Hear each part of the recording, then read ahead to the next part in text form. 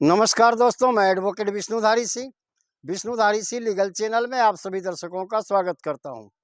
दोस्तों, आज मेरे वीडियो बनाने का टॉपिक है जमीन खरीदने हेतु न्यायालय में मुकदमा डालने पर क्या न्यायालय से कब्जा मांगना अनिवार्य है। आइए दोस्तों, आज इसी बिंदु पर देखते हैं कानून क्या कहता है और ऑनरेबल सुप्रीम कोर्ट का जजमेंट क्या कहता है। दोस्तों सबसे पहले ये समझेंगे कि न्यायालय से जमीन खरीदने हेतु न्याय मांगना ये क्या हुआ। दोस्तों, इसे समझने के लिए हम आते हैं गांव देहात में या शहर में, वहाँ जहां आम समाज रहते हैं। दोस्तों, वहाँ किसी व्यक्ति को कोई संपत्ति बेचनी होती है तो वह उद्घोषणा करता है कि मुझे अपनी संपत्ति बेचनी है। दूसरा खरीदार आता है, भाव रेट तय होता है और तय होने के बाद एक एग्रीमेंट बनता है कि चलो इतना रुपया देकर हम तुम्हारा इतना बीघा जमीन खरीद लेंगे। एग्रीमेंट में कुछ बेबयाना भी दे दिया जाता है, यानी अग्रिम मनी, जिसे एडवांस मनी भी कहते हैं। दोस्तों, लेकिन कुछ दिन के बाद जो जमीन का मालिक है वह जमीन बेचने से इनकार कर देता है। ऐसी परिस्थिति में वह व्यक्ति जो जमीन का खरीदार था, जिसके पास एग्रीमेंट है, जो एग्रीमेंट होल्डर है, वह न्यायालय में चला जाता है। दोस्तों, और स्पेसिफिक परफॉर्मेंस ऑफ कॉन्ट्रैक्ट की धारा 10 के अंतर्गत में न्यायालय में यह मुकदमा दायर करता है जमीन बेचने वाले को जमीन की रजिस्ट्री करने के लिए बाध्य किया जाए और उस जमीन पर हमारा कब्जा दिलाया जाए। तो क्या दोस्तों उस जमीन पर कब्जा दिलाने की मांग करना अपने केस के अंदर में यह जायज है?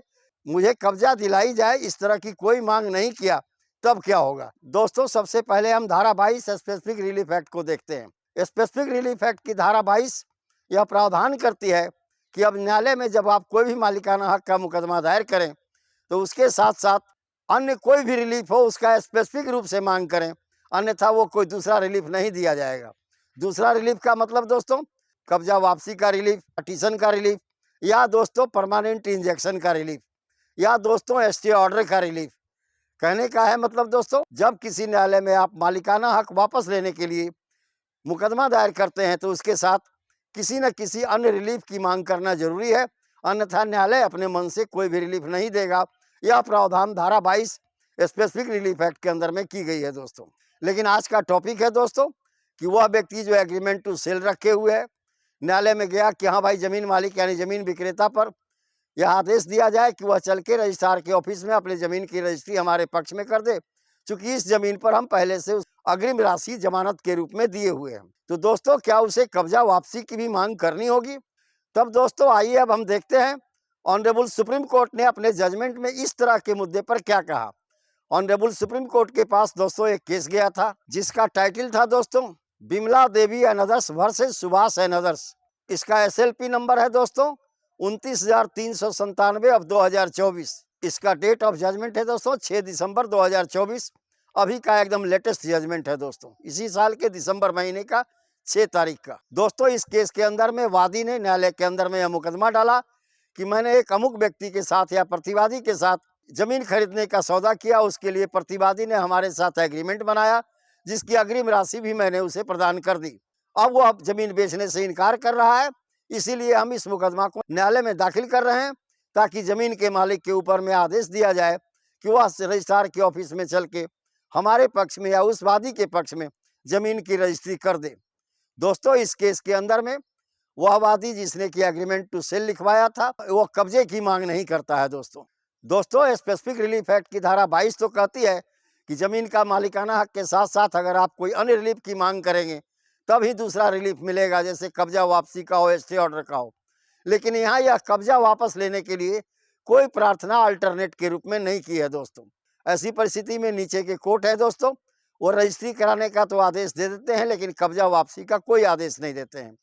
मामला इस तरह से बढ़ते बढ़ते सुप्रीम कोर्ट में गया। दोस्तों, ऑनरेबल सुप्रीम कोर्ट ने अपने इस लैंडमार्क और लेटेस्ट जजमेंट में यह आदेश दिया कि जब कभी भी स्पेसिफिक रिलीफ एक्ट की धारा 10 के अंदर मुकदमा दायर हो, यानी जहां कहीं भी किसी जमीन मालिक पर न्यायालय का यह आदेश चाहिए कि वो चल के जमीन की रजिस्ट्री कर दे, वैसी परिस्थिति में उस वादी को कब्जा वापसी की मांग करना जरूरी नहीं है।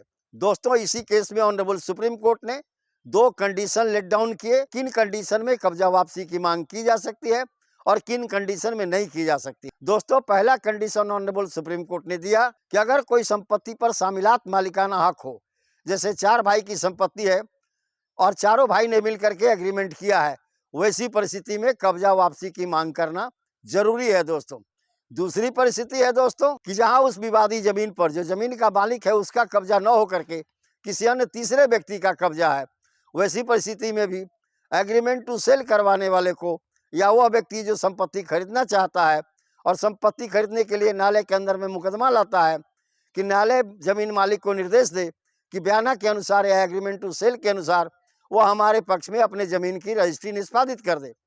दोस्तों, इस केस के अंदर में भी जहां पर दूसरे पक्ष का कब्जा उस विवादी जमीन पर है, वहां न्यायालय से पोजीशन रिकवरी का मांग करना जायज है, अन्यथा न्यायालय पोजीशन रिकवरी का आदेश नहीं देगा।